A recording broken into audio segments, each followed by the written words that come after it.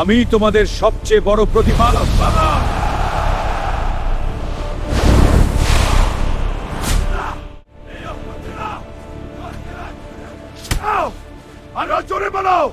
ইতিহাস সাক্ষী আছে এমন এক শাসকের যার অহংকার আকাশ ছুঁয়েছিল।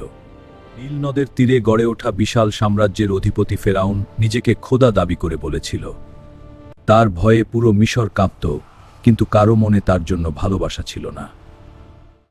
অত্যাচার যখন সীমাহীন হয়ে উঠল, তখন বনি ইসরায়েলদের মুক্তির পথ দেখাতে এলেন হযরত মুসা। এক অন্ধকার রাতে আল্লাহর ইশারায় তিনি নির্যাতিত মানুষদের নিয়ে মিশরের সীমানা ত্যাগ করলেন। সামনে উত্তাল সমুদ্র আর পেছনে মৃত্যুসম ফেরাউনের বাহিনী। আমরা তো আজ শেষ। কখনোই না, আমার রব আমার সাথেই আছেন, তিনিই পথ দেখাবেন। অতঃপর ঘটল সেই অলৌকিক ঘটনা। মুসারের লাঠির আঘাতে সাগরের জলরাশি দুই ভাগে বিভক্ত হয়ে বিশাল বিহারতলে পাঁচখানে হলো এক নিরাপদ শুকনো পথ। মাঝখানে তৈরি হল ছেঁচে যাবা। অহংকারে অন্ধ ফেরাউন শিক্ষা নিল না।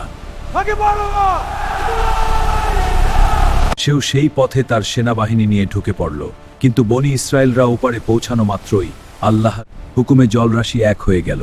সলিল সমাধি হলো ফেরাউন ও তার বিশাল দম্ভের। মৃত্যুর শেষ মুহূর্তে সে তওবা করলেও তা কবুল হয়নি। এই কাহিনী আমাদের শেখায় ক্ষমতা চিরস্থায়ী নয়, কিন্তু ধৈর্য ও স্রষ্টার উপর বিশ্বাসই চূড়ান্ত মুক্তির চাবিকাঠি।